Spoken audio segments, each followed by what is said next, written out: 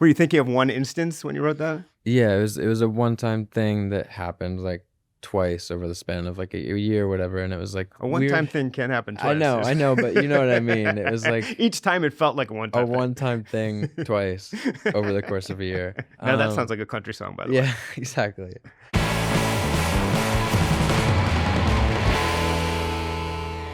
Hey, welcome to the Rolling Stone studio. I'm Brian Hiatt. I'm so happy to be here with Tucker Pillsbury, aka Role Model, who has a great new album out. Thank you so much. It will be out by the time we do this, at least, and it's called Chuck Timely The Hourglass. Yes. As I was saying, we spoke before the album came out, when the single came out, and you told me all about it. Thankfully, the album more than lived up to your descriptions. Really, it's both what you described, but also really good. So congratulations. Wow, thank you so much. I'm so glad to hear that. It's really interesting, the lane that I think you're steering into for yourself, because I think you're really trying to make your own lane. We discussed that the box that people have tried to put you in is pop star, and that's not necessarily the box you want to be in. Well, it's tough because I do say that I make pop music, and I think as soon as you say that and you're like thrown into this list of like names of all these people who make pop music, all of a sudden it's like there's just constantly this debate of like who is like the pop star, who's like the pop boy right now or whatever, and Pop boy. I just don't want to be in that race because I'm not trying to be a pop star, and I think you can hear it in the music. Being a pop star is not interesting to me. I don't want to do that, but I love pop music and I love making it. Is part of it you just don't want to wear the outfits? Yeah, you know, it's the shiny outfits for me and the background dancers. There used to be a lane called Heartland rock, and that was, John Mellencamp, Bruce Springsteen, Tom Petty. Jackson Browne was pulled into that a little bit, although he was like the LA version of that. He kind of was one of the predecessors of that because he started in the 70s. But I feel like that's part of the lane you're steering into. You and Noah Kahan are really in there right now. Yeah, I mean, everyone you just named was on the playlist and was fully referenced all throughout the album. Those are the heroes. Maybe that's maybe we bring back Heartland rock. I think your team also maybe calls it Lake Pop. Is that? Yeah, there's one guy at my label. I remember him just being like, it feels like it's like lake music, like lake pop, pontoon pop music. I think there's pieces of the like early 2000s, like Toby Keith or whatever, and like that lake Americana country. But lyrically, those songs don't really speak to me. But sonically, I love that feeling. And so I think that was a cool thing to play with, is like apply a different type of songwriting to that sonic landscape. That's usually used for like beer cans and dirt roads and stuff. It's cool to... You didn't want to write like a Toby Keith, like America's Gonna Kick Your Ass song? Yeah. I'm not sure I'm feeling that. Your relationship with country is interesting to me because a lot of the people who drew on those references we just mentioned in recent years have been more in the country realm. And, you could take a lot of your songs, even like Sally, even if, you were marketed a bit different and down that lane and played those award shows, it's not inconceivable that you could be seen as a country artist. So I wonder what your thoughts are about that. When I put out Kansas Anymore, and especially with like the deluxe, I remember for the first time like being accepted by a lot of these like country artists, and it was so cool. Like that was enough for me. I didn't want to like be labeled as a country artist, which is why I'm not still wearing the hat. I didn't wear the hat at every show, and I was trying to ride a thin line, because as much as I wanted that acceptance from the country artists and that community, I didn't want to be like locked off into that box. If there's a commonality to the way that you talk about the various aspects of your career, it seems to be this thing of avoiding being boxed in and categorized. It comes down to, you make sure that the influences on a particular song are mixed enough that no one's going to say, oh, this is a Fleetwood Mac song. You make sure you want to draw from country, but you want to be a country artist. You also keep like taking on all these different personas. There's the Chuck thing with this new album that kind of float around. So it does seem like, and even, choosing Role Model and Not Your Own Name, it does seem like you're not hiding, but like wary of being kept in one place.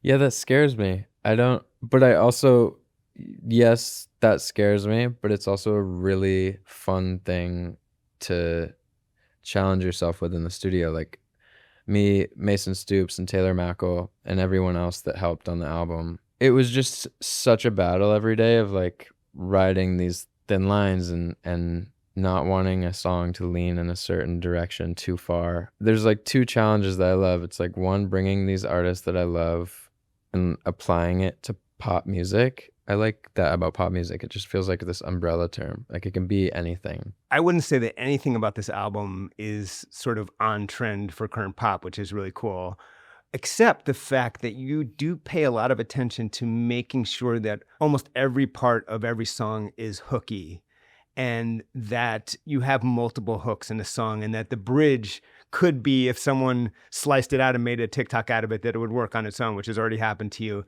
Is that just songwriting craft? Is some of it because people say that the fact that TikTok exists has changed the way that people write songs, that they're more aware of making things hooky? And if so, I'm not sure that's a bad thing because it's just improving the craft. So where do you stand on that?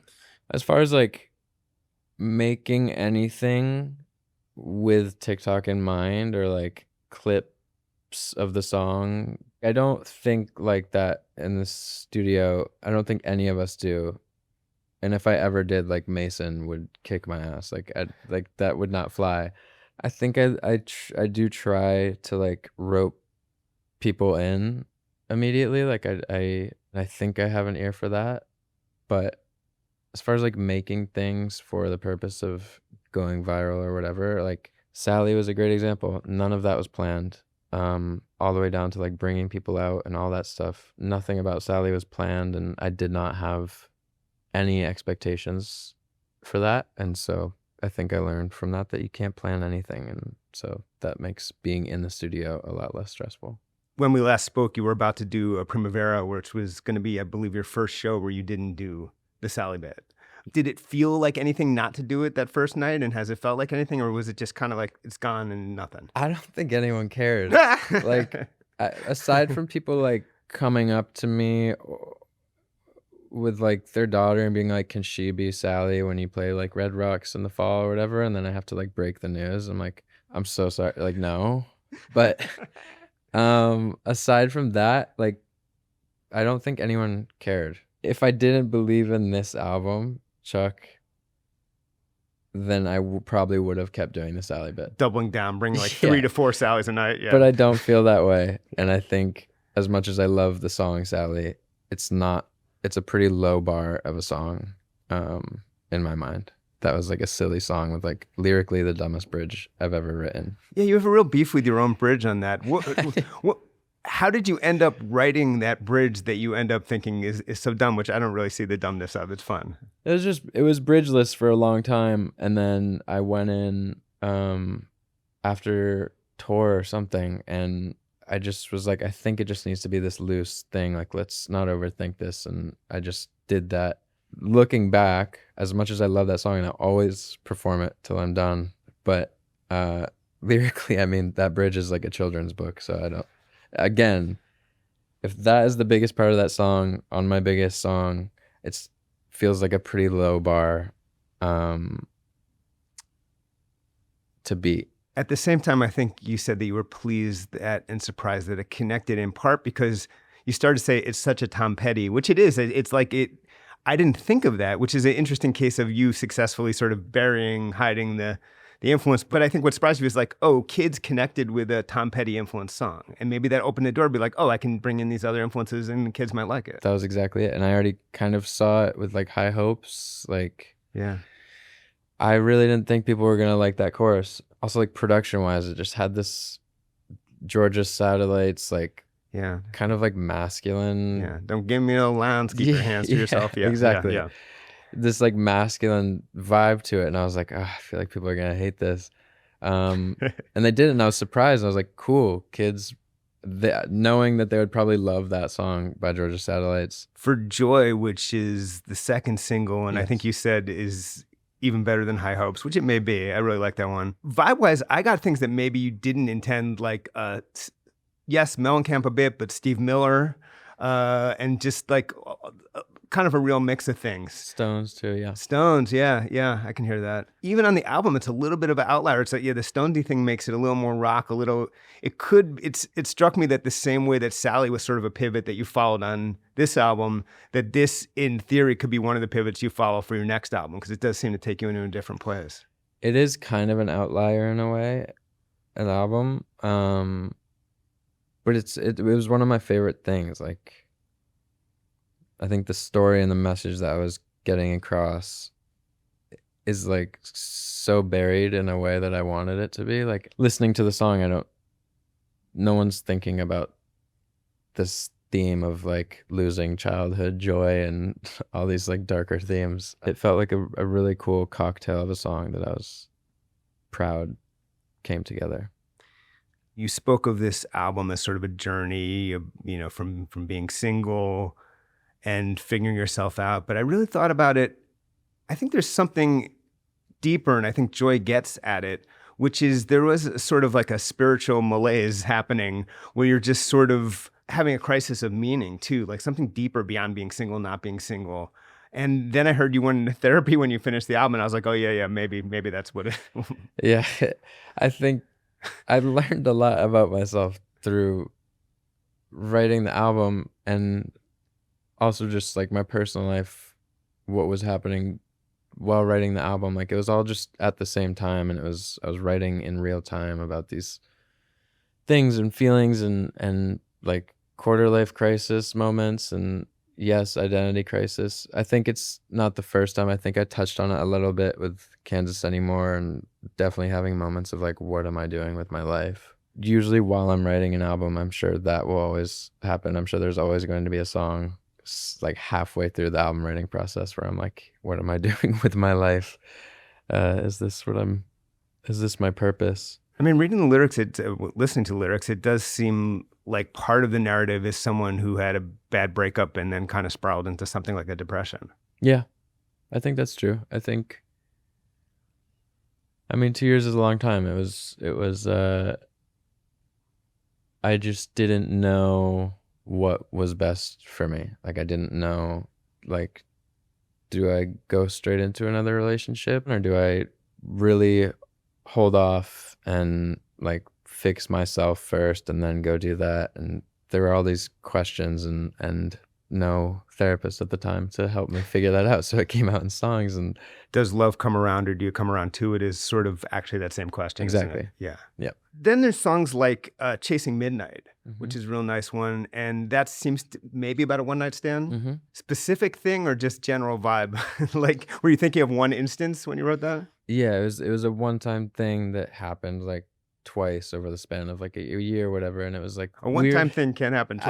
I know, but you know what I mean. It was like each time it felt like a one-time thing twice over the course of a year. Now that sounds like a country song, by the way. Yeah, exactly. There was like a beauty in it. I think we both saw it, and it was just kind of this like song about reconnecting too. Like, the second verse was this second time seeing them and having this moment again, and being like, knowing that we are not meant for each other, but there is something beautiful. And to me, Chasing Midnight, like, I didn't really know what that meant. I had it in my notes, just Chasing Midnight, for like months. And do you do a thing where you write down just phrases that sound like good song titles and then pull them in? And then I put my own meaning to it. So like Chasing Midnight to me was like chasing this thing that you know is not going to last, falling in love in this like really short span of time, knowing that there's an end. Song Is All You Get is one of the tracks that's really stuck in my head. It's a really good hook. And at first I thought, before I really dug into lyrics, I thought it was about like, oh, sometimes you date someone and all you get out of it is that you write a song, which is sort of like a Taylor Swiftian idea. But that's not really mostly what it's about. Yeah, it's just about fleeting moments. And like, maybe that one was definitely about kind of wanting to go back in time a little bit and make more of these like little moments or be thankful for like these little moments you have with someone or people, and then trying to like tell yourself it's okay. Sometimes a song is all you get. Sometimes a night is all you get, whatever. And trying to tell myself to be like thankful for whatever you get from an experience or from a person. There's a John Hiatt song, no relation, where he goes, don't you know we're living in stolen moments, which is the same kind of idea. My dad loves John Hiatt. I have not heard that name in a long time. Underrated singer-songwriter who people, sometimes I've been accused of being a Nepo baby of, but I'm not related to him at all. I do like his music though. Yeah, we have the same last name. Yeah. I think the most surprising influence that you brought up to me about this album was Madonna. And the way she influenced this album was really interesting. Tell me about how you kind of brought that in.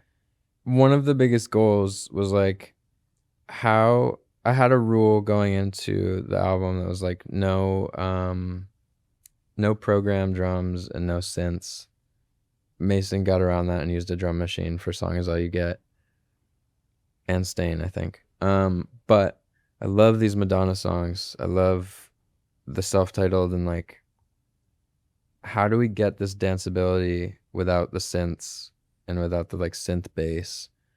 I loved her like drums and the grooves and everything, and I was like, how do we pull this into our palette of this like Americana organic piano, keys, organ, drums, acoustic? And that was one of the challenges. Doing whatever she's doing on synth, like doing that with piano or guitar. I think Dire Straits had really good like these punchy kind of chords in between the drums from Mark Knopfler, and we pulled a lot from him, trying to like recreate what the synths are doing with different instruments. Love IU is about two things I know for sure, which is being drunk and being in love. Yeah. Yeah, it's a drunken song. And the feel is drunken too, musically. Yeah, that was the goal. I had brought in the verses and brought it to Mason. I was like, I have these verses, I have these chords, change the chords, they're boring. And I want to work on this, like, I need you to like switch the chords so I can just like come up with a chorus. But I want it to feel like drunk, and I want it to have this swing. We did it in like one day. I had the verses, but I wrote the chorus there. And we were like, so sometimes once we get going and we find something, we have to like finish it that day. We want this to feel like we're in a bar. So we invited a bunch of people to the studio, a bunch of friends, had like a little bit of a party, and then showed them the chorus and had them all sing the chorus together, as if it was like a bachelorette party. And it was amazing. It was so fun. We just stacks of like 20 of us. You can hear it, yeah. And with some drinks in us, and that was so fun to like watch that come alive in a day. When we all like we handed them all like some sort of a percussive instrument too, and we're like, let's just do a take through. All of us just like shake whatever you have in your hand or like figure something out. And it's like, you listen to it soloed, it's horrible, but it works in the context of this drunken moment in a bar. But all this is so far away from one person sitting in a bedroom with Pro Tools. That was another hope when we had early discussions about just that and how we want to record it. And we had our friend Omar record everything. He was engineering the whole thing, and he really understood it and the importance of, yes, this is going to be like a modern pop album, but let's not treat it that way. Let me bring the pop to it, and you guys record everything. You have a moment on that song, Love IU, that makes the song better. And so I think that's why you put it in, which is Dakota Johnson. We can't be coy about it anymore. You admitted this. Dakota Johnson does a really, really charming back and forth with you.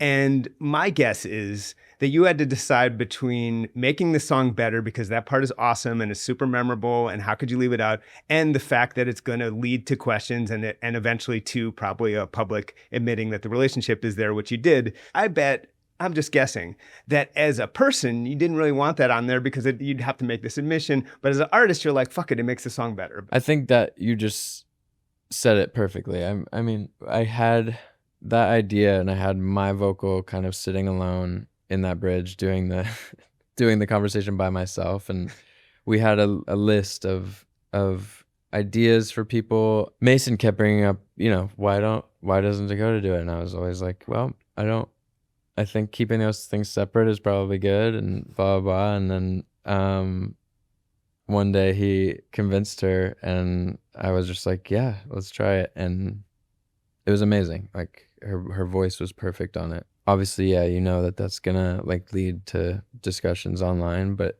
also like it made the song really special to me, and what a cool cameo to have. I have to say, just on a sheer like sort of talent level, the amount of personality and color and like sort of hookiness, even as just spoken word, that she brings to it is extraordinary. You're like, oh, that's why this person is a movie star. Like to bring that much charisma and like a little spoken bit, and it like stands out like a hook is crazy. Did it in one try too. It was very impressive. Did you do the movie with Natalie Portman and Mark Ruffalo, directed by Lena Dunham, who's awesome? Was that before recording this album? Yeah, it was tough because I had just gotten off tour, and I had this month right before the summer to just kind of like start to just like get in the studio with Mason and Taylor. That was really cool to like, we started and we had a lot of conversations. We made a couple like bad songs, but it was fine. It was like just trying things, and it helped me like get back in the mode. And then I got shipped off to New York for the summer, writing a little bit and finding things, but like mostly I used that time to like figure out what this album is going to look like and sound like. And so I made like mood boards, and because inspiration was not like, I was just very busy with the movie. So I was like, what can I do? And it was just that. It was like mood board and make playlists and get ready to like go into the studio when you're done shooting this with like a clear mind. And that was huge. I know the first day was stressful on that movie. Mm-hmm. Walk me through that. Like you walk on set, they do makeup. I didn't eat all day. I was like, truly, I hadn't been nervous like that in a very long time. And my first day was also like one of the biggest scenes. And it was like when we meet in the movie, and there's like 100 extras watching you act for the first time. With Natalie Portman, by the way. Yes. Yeah. Oh my God. It's like making me want to throw up already. But like that day was really nerve-wracking. Everyone was doing the right thing though. Like Lena was like holding my hand through it, being amazing. Natalie was so amazing and patient. Did you fuck up your first couple takes? I didn't. I fucked up one take, and I didn't know what you do. It was really like awkward. Like no one had told me what you do. Right. Do you keep going? Do you wait? Yeah. So that was, I only fucked up once, which was a miracle. But then literally the next day, no nerves. Like I think I just needed that first day out of the way. I was like, okay, I can do this. I made one mistake. I didn't give my best performance on the first day, but now I'm not nervous, so I will. And then it made the whole process a lot more comfortable. How do you silence that's Natalie Portman voice? I didn't have that. I remember there was one moment where we were doing a scene, and she had a monologue, and I was like, I really like got lost, like staring at her and being like, whoa, Natalie Portman is delivering a monologue to me. And that was the one time I got in my head. I was interviewing Mick Jagger once early in my career, and I had like a very similar thing where I over-focused on Mick Jagger's talking. This isn't a documentary. Wait, I can interact with him. And it was just the only moment I think it's the only moment that ever happened to me. And it's just because of the magnitude of the fame. And it's just, you've seen them on screen, and then but I didn't have to kiss Mick Jagger. Right. That's the next level. You didn't get to kiss Mick Jagger. That's another way of putting it. Sure, yeah. So let me put you on the spot. If you had to name 3 to 5 of your picks for the greatest songs ever made. I knew that was coming. I would put Walk of Life on there. Dire Straits? Dire Straits. Why? What I love about Mark Knopfler is like the things he chooses to write about. That song is about street performers and like buskers, and you would never know that. It's one of those songs that you're just like, you're not listening, but if you do, you're like blown away that someone could write a pop song about street performers. Like I don't know anyone that could do that today. I think Long May You Run It's like a love song to Neil's Buick. It is correct, yeah. And like, again, being able to write such a beautiful song like that about a car, like a love song to a car, and it's amazing. I love One More Night by Stephen Bishop. Wow. Kind of inspired my song Service Receipt on the new album too. Kind of stole those 3 words from him. It's a perfect song. It's very simple.